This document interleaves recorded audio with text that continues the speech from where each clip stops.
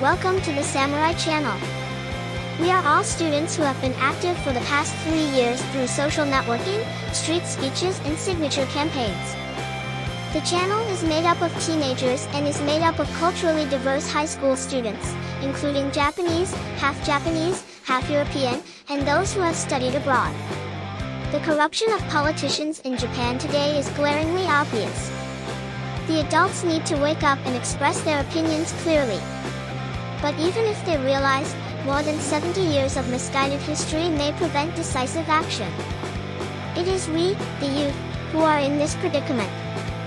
That is why we must learn together, speak out and take action, remember who is telling lies, remember why is false history being taught, remember who are the traitors. Remember understand what individuals and nations have done to our country. Let us know if there are any mistakes. We are ordinary high school students, but our leaders have been aware of Japan's shadow since junior high school and have taken action. Mission: Let's protect Japan. Let's be proud of Japan. Support us. Arigatou gozaimasu.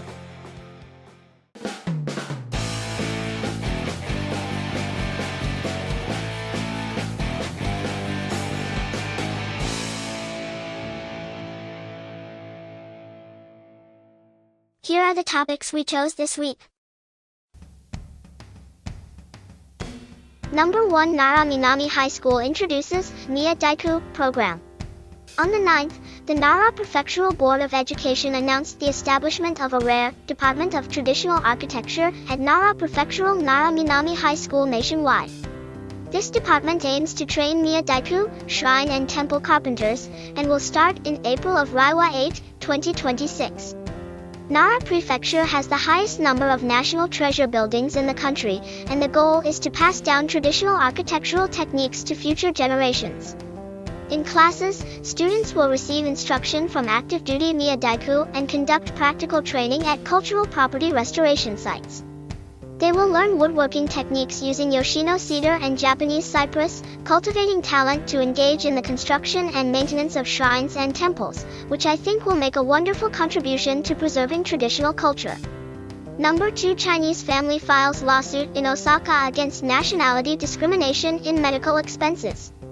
Chinese family sues Osaka for nationality discrimination in medical expenses. In Osaka, a Chinese family has filed a lawsuit claiming nationality discrimination in medical expenses. Many Japanese people probably think, in one word, go home, right? The family of a Chinese national man who died from COVID filed a lawsuit, arguing that Osaka Prefecture's medical expense subsidy program, which only applies to Japanese citizens and permanent residents, is discriminatory. In 2022, the treatment cost about 25 million yen, and it's only natural that it was fully self-paid. I'm stunned by people who don't even understand the difference between distinction and discrimination. Number 3, Ukraine woman murdered. Liberal media silent. In North Carolina, USA, Ukrainian refugee woman Irina Zaltsika was stabbed to death on a train by suspect Carlos Brown, a man with 14 prior convictions. This incident occurred on August 22, 2025, but liberal-leaning mainstream media remained silent for a long period and barely reported it until it spread on X, formerly Twitter. President Trump has condemned it, saying, Democrats' liberal justice system has let criminals run wild, and is calling for the death penalty. Meanwhile, conservative media is highlighting the failure of immigration policies.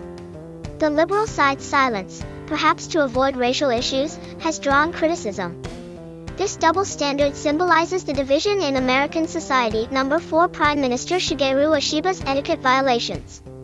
Prime Minister Shigeru Ishiba's breaches of etiquette have been drawing particular attention in recent years.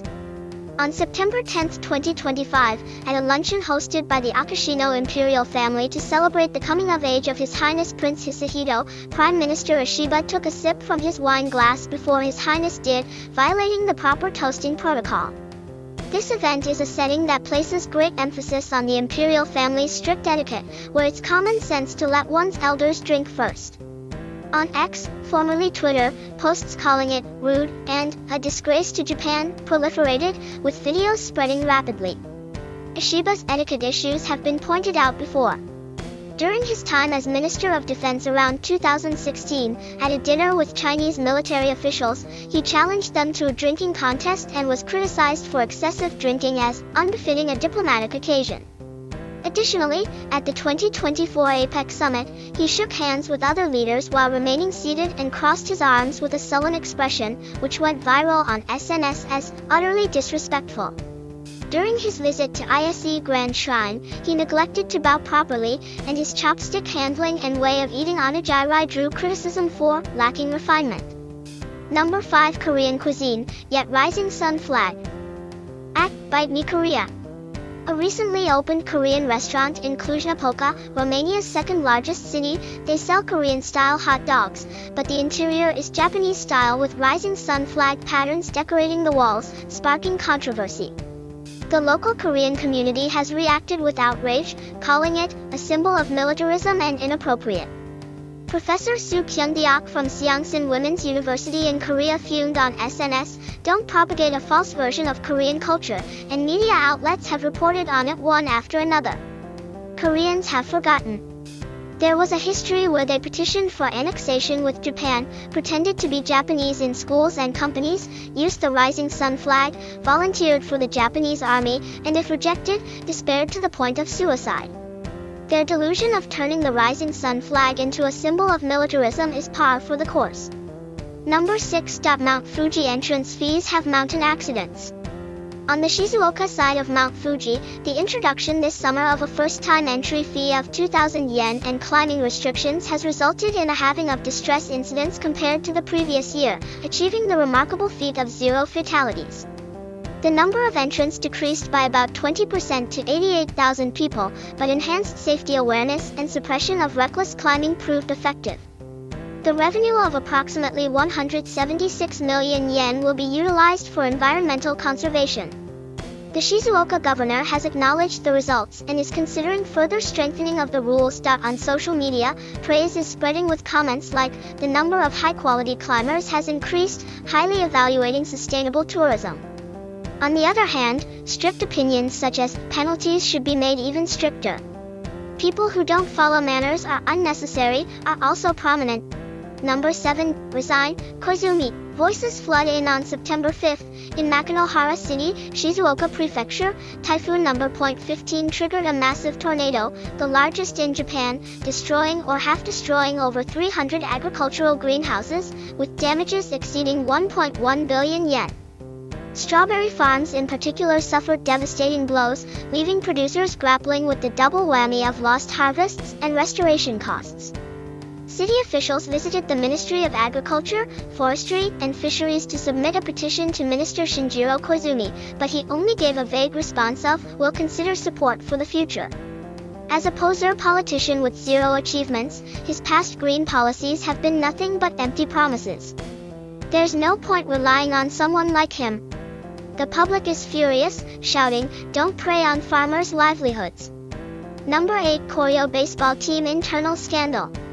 Unprecedented lawsuit from within the club at Kōryō High School's powerhouse baseball team in Hiroshima Prefecture, a serious internal violence incident that occurred around January this year, where upperclassmen assaulted underclassmen, has escalated into a grave situation. One of the alleged perpetrators, a third-year student, has filed a criminal complaint with the Tokyo District Public Prosecutor's Office for defamation against multiple people, including the guardians of the victims. The reason for the complaint is that the perpetrator's name and photos were posted on SNS, along with the dissemination of false information. This kind of lawsuit from the perpetrator's side is an unprecedented and extraordinary development. It's only natural that they faced criticism from the public for not protecting the victims. It's the responsibility of the adults. Shouldn't the priority have been to help the victims first? Number 9 Both Korean and Japanese media lie.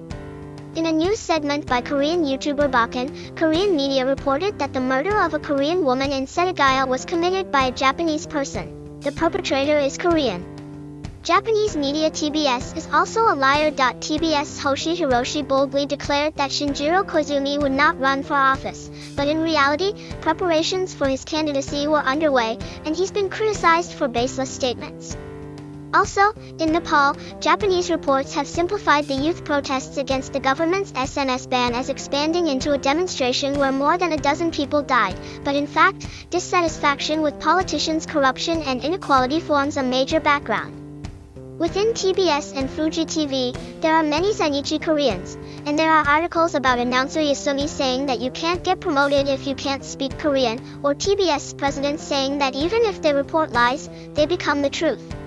Don't blindly trust the media. Number 10 in remembrance of Charlie Kirk.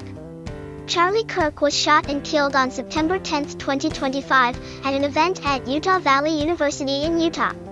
As a conservative activist and co-founder of Turning Point USA, he led the right-wing movement for young people and was a close ally of President Trump. He was known for opposing gun control, denying climate change, and claiming fraud in the 2020 election, exerting influence as a young Republican leader. After the incident, Trump and Republican members called for an end to political violence, and the White House flew the flag at half-staff. Kirk's death symbolizes the division in American politics, and many condolence messages have been sent. My deepest condolences. However, his statement about Japan's invasion in World War II was very shallow and cannot be condoned. This week's Can You Shut Up Please? Constitutional Democrat Yoshihiko Noda. Please learn Japanese history. I'm stunned by Constitutional Democratic Party member Yoshihiko Noda's statement. Claim like, if we prioritize Japan first, foreign won't come, borders are unnecessary, and I advocate for female line emperors. Show a disregard for Japan's tradition and national pride. And he doesn't seem to understand how that leads to public anger. When I looked into him, it turns out he was a former prime minister, and it was revealed that in 2012, he had received a total of 4.27 million in donation from Zainichi Koreans and problematic companies, which he later refunded. It's utterly exasperating that someone like this is a politician. Noda-san, please shut up. Japan's emperor are male. Japan first is a given.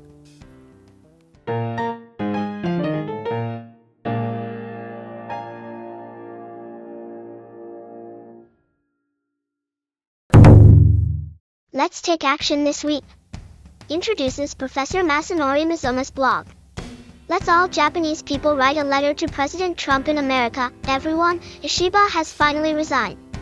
But I think they're still the kind of people who talk about the 80th anniversary statement and don't do any work for Japan. Please read Professor Masanori Mizuma's videos and blog that we're supporting. Isn't the thing we Japanese can do now to make Tsunai Takaichi Prime Minister? Let's write a letter to President Trump. Among the ministers, the only one who visited Yasukuni Shrine to protect Japan and paid respects to the heroic spirits enshrined there during her time as minister is Tsunai Takaichi. We believe there's no one besides Tsunai Takaichi who can conduct diplomacy on equal footing with President Trump. Let's all write letters to President Trump asking him to visit Yasukuni Shrine together with Prime Minister Takaichi. It's time to take action. Thank you for your support.